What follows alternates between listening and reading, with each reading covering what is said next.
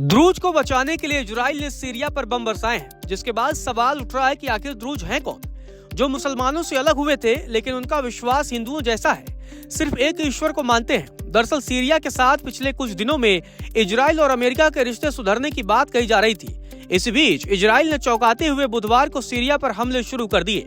ये हमले सीरिया के रक्षा मंत्रालय पर किए गए और दमिश्क के अंदर घुसकर नुकसान पहुंचाया गया। सीरिया पर हुए इन हमलों को इजराइल ने द्रूज समुदाय का नाम लेकर जायज ठहराने की कोशिश की है। इजराइल का कहना है कि सीरिया में द्रूज अल्पसंख्यक समुदाय के लोगों पर सरकारी सुरक्षा बलों ने हमले किए हैं। उस अत्याचार के जवाब में हमने अटैक किए हैं। इजराइल का कहना है कि हम द्रूज समुदाय की रक्षा के लिए तत्पर हैं और उन पर आंच नहीं आने देंगे। दक्षिण सीरिया में द्रूज समुदाय के लोगों की आबादी 5 लाख के करीब है और वे महत्वपूर्ण अल्पसंख्यक समुदाय है। इजराइल का कहना है कि सीरिया में राष्ट्रपति अहमद अल शारा के अगुवाई में जिहादियों को ताकत मिल गई है। वे लोग अब दक्षिण सीरिया को टारगेट कर रहे हैं, जहां द्रूजों की बड़ी आबादी है। इजराइल का कहना है कि द्रूज बहुल शहर स्वेदा में कई हमले हुए हैं और उनमें अल्पसंख्यक समुदाय के लोग मारे गए हैं। सोमवार को सीरियाई सेना इस इलाके में घुसी थी। इजराइल का कहना था कि इन द्रूजों की सुरक्षा के लिए ही हमने हमला किया है।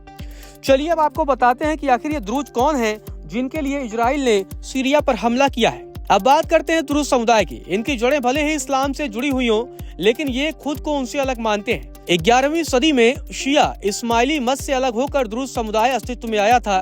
द्रूज समुदाय के लोग भी अब्राहिम धर्मों के युग्म का ही एक हिस्सा हैं। ये लोग भी एकेश्वरवादी हैं, यानी इनकी धारणा है कि ईश्वर एक ही है।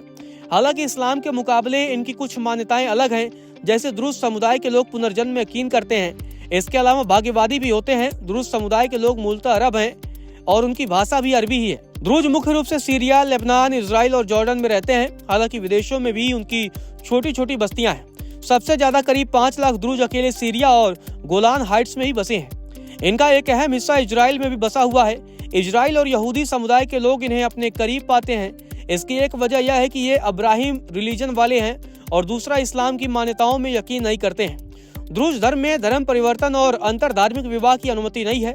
इनके इजराइल की सेना में भी अच्छी भागीदारी रही है। वहीं इस्लामिक चरमपंथियों की ओर से ये लोग अक्सर हिंसा का शिकार होते हैं। मीडिया रिपोर्टों के मुताबिक द्रूज सीरिया, लेबनान, इजराइल और गोलान पहाड़ियों में मौजूद अरबी भाषी धार्मिक अल्पसंख्यक हैं। द्रूज धर्म शिया इस्लाम की एक शाखा है, जिसकी अपनी विशिष्ट पहचान और मान्यताएं हैं। एक अनुमान के अनुसार इनकी आबादी 10 लाख है। इनमें आधे लगभग सीरिया में रहते हैं। यहाँ वे जनसंख्या का लगभग 3% हैं। इजराइल में रहने वाले द्रूज इजरायली मिलिट्री में अपनी सेवा देते हैं, इसीलिए इस कौम को इजराइल राष्ट्र के प्रति काफी वफादार माना जाता है। इजरायली केंद्रीय सांख्यिकी ब्यूरो के अनुसार इजराइल और इजरायली अधिकृत गोलान हाइट्स में लगभग 1,52,000 द्रूज रहते हैं। द्रूज पुनर्जन्म में विश्वास रखते हैं। द्रूजों में मान्यता है कि इन्हें हिंदू मान्यताओं के करीब लाती है। द्रूज पुनर्जन्म में विश्वास रखते हैं। द्रूजों में ये मान्यता इन्हें हिंदू मान्यताओं के करीब लाती है। पुनर्जन्म में आस्था द्रूजों के विश्वास का केंद्रीय तत्व है। इस धर्म के लोगों का आत्मा के तत्व में भी विश्वास है। द्रूज मानते हैं कि आत्मा मृत्यु के बाद एक नए शरीर में प्रवेश करती है और यह प्रक्रिया केवल द्रूज समुदाय के भीतर ही होती है। इजराइल मानता है कि सीरिया में रहने वाले द्रूज लोगों की रक्षा उनकी प्रतिबद्धता है, क्योंकि उसका अपने द्रूज नागरिकों के साथ उसके गहरे ऐतिहासिक संबंध है। इजराइल के हमले सीरिया की नई सरकार को इस बात का संदेश है कि वे इस सीमा का सैन्यीकरण न करें। 15 जुलाई तक इजरायली हवाई हमले स्वेदा में सुरक्षा बलों और वाहनों को निशाना बनाने तक सीमित थे, जबकि इजरायली सेना ने 16 जुलाई को अपने हमलों का दायरा बढ़ाया है और रक्षा मंत्रालय और दमिश्क में सीरियाई सेना मुख्यालय पर धमाकेदार हमला किया।